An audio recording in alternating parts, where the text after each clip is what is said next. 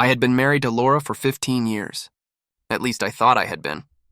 We built a life together, 2 kids, a cozy house, vacations, routines that felt comforting and secure. I loved her, trusted her, and assumed that the vows we took meant something more than just words on paper. Then she proposed the unthinkable. It started innocently enough, or so she said. She wanted to explore herself, to rediscover passion, to have an open marriage. At first I laughed. An open marriage, really? I asked, thinking she was joking. But she was deadly serious. She wanted freedom, she said, while I was supposed to remain the dependable husband, still committed, still available, still faithful. I was stunned. 15 years of marriage, and suddenly I was being asked to share my wife. I tried to reason with her, to explain that marriage was about trust, loyalty, and shared lives. She brushed it off, insisting that this was how modern couples thrived, that it was a way to keep the spark alive. I didn't argue further. I didn't storm out. I didn't yell.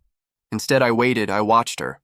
I noticed the subtle changes, the late-night texting, her new outfits, the way she lingered on her phone, the sudden enthusiasm for girls' nights out and networking events. My heart sank as the puzzle pieces fell into place. She wasn't exploring herself, she was exploring him. A man she met through work, someone she thought she could hide from me. I needed proof, but I didn't want to confront her rashly. I needed to orchestrate my revenge. First, I gathered evidence.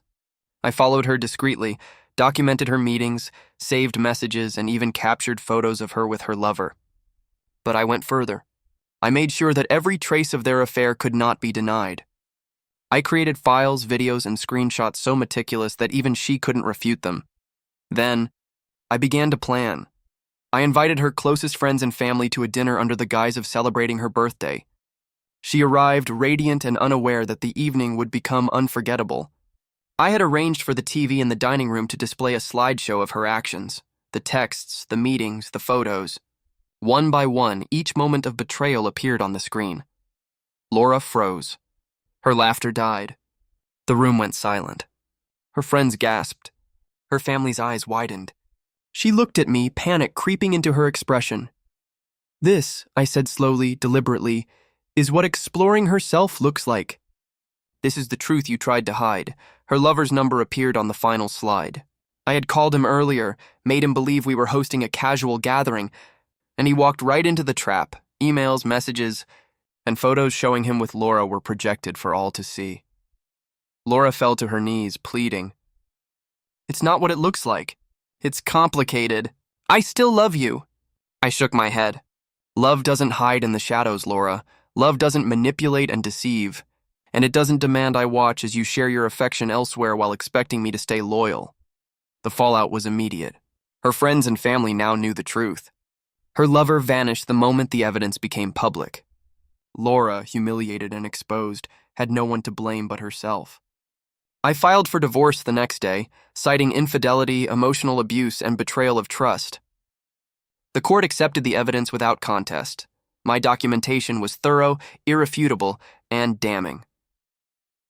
Months later, I watched as Laura attempted to salvage her reputation. Friends were distant, family embarrassed, and the man she had risked everything for had disappeared. Meanwhile, I focused on rebuilding my life, on protecting my children, and on restoring my dignity. The revenge was complete, not with violence or cruelty, but with precision, patience, and evidence.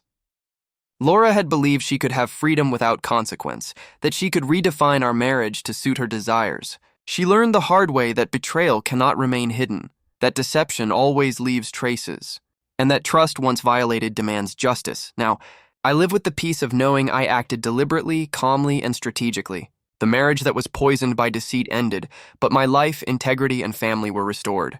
I didn't just reclaim my home or my children. I reclaimed my power, my respect, and my ability to protect the life I had built. In the end, the lesson was simple but profound. You cannot manipulate love, twist trust, or conceal betrayal without facing the consequences.